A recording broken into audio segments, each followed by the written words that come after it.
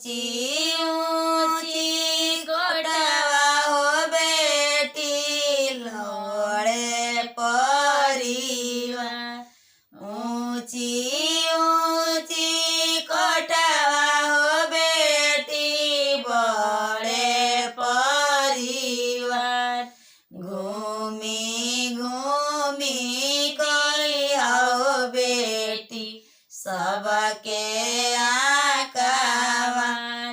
घूमी घूमी दियो बेटी सबके आकावार।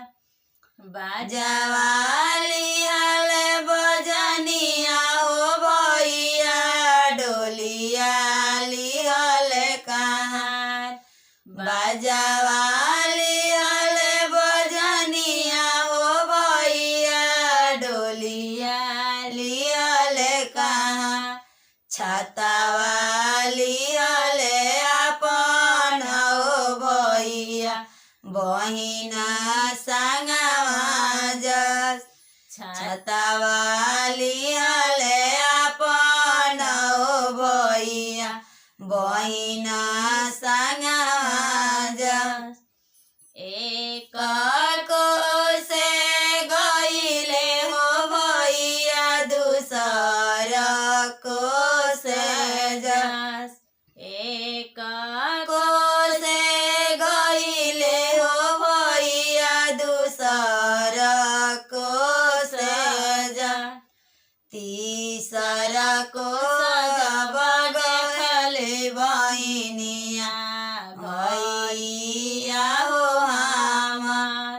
तीसर कोस जब देखली बहिनिया भैया हो हमार।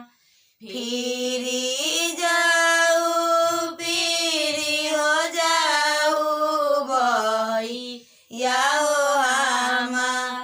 फिरी जाऊ फिरी हो जाऊ भैया हो हमार।